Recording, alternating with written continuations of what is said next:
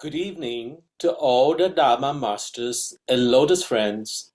Namo Amituofo. Many people who embark on the path of Buddha name recitation often wonder, how should we recite Amitabha's name? Below are answers from Master Huijing to frequently asked questions regarding how to practice recitation in the Pure Land tradition. How should we recite Amitabha's name in the Pure Land path? The answer is simple. Recite according to your own capacity and conditions, and do not let go of the Buddha's name from moment to moment. Each person has different circumstances. Some have more time, others less. Some are more diligent, others more lax. Some have a quiet mind, others are often scattered. But none of these differences are an obstacle. As long as you recite the name of Amitabha Buddha according to your own capacity, all are equally assured of rebirth in the Pure Land. When you have free time, recite with focused attention. When doing simple tasks that do not require much thinking, you may recite more loosely. As Master Sandao taught, recite Namo Amituofo Buddha single-mindedly. Whether walking, standing, sitting, or lying down, let the Buddha's name remain with you. Gradually, let recitation become part of your life until life itself becomes recitation. In movement and stillness, cultivate the habit of remembering the Buddha. However, do not place excessive demands on yourself, and do not compare yourself with others. Otherwise, the joy of reciting the Buddha's name will be lost. You may begin to think, how can I recite continuously? How can my mind become quiet? How can I become more diligent?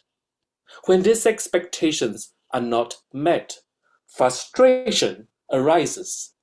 This is not the right direction. For those who recite Amitabha's name, rebirth is already assured in this very life. We are already aboard Amitabha's great vow vessel. We have already been embraced and carried by the Buddha's vow. What is there still to worry about? Why emphasize Vajra recitation? Master Huijing often emphasizes Vajra recitation. That is, gently moving the lips without producing sound, or reciting softly so that only oneself can hear. Why is this emphasized? Because it allows the recitation to be steady and continuous, like a stream that flows without interruption. There is a saying, when the mind is weak, let the mouth support it. When the lips move, the mind naturally follows the Buddha's name. If one only recites silently in the mind, it is easy for wandering thoughts to interrupt and for the recitation to be lost. Some people say, I do not set a daily number of recitations. I do not deliberately try to recite. The Buddha's name is always in my heart, and I'm constantly remembering the Buddha. Is that really the case? Unless you have gradually transformed your habits, making what was once familiar become unfamiliar, and what was once unfamiliar become familiar, you may be mistaken. For most of us, wandering thoughts are what is familiar. Reciting the Buddha's name is still unfamiliar. Left on its own, the mind naturally returns to its old habits. If you honestly count your daily recitations, you will likely find there are fewer than 100. So what should beginners do? It is helpful to establish a fixed daily practice. In the morning, sit quietly and recite the Buddha's name. You may also set a daily number, 1,000, 5,000, or 10,000 recitations. Even if you become busy during the day and forget to recite at other times, at least you have completed your practice for the day.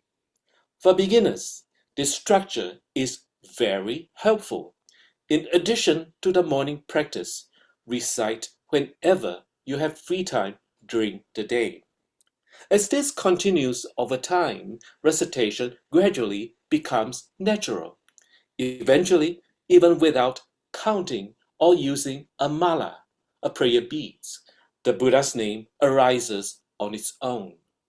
Before you notice it, your lips will naturally begin to recite Namo Amituofo Buddha. At that point, recitation has become as natural as breathing. This concludes my sharing for tonight. Namo Amituofo.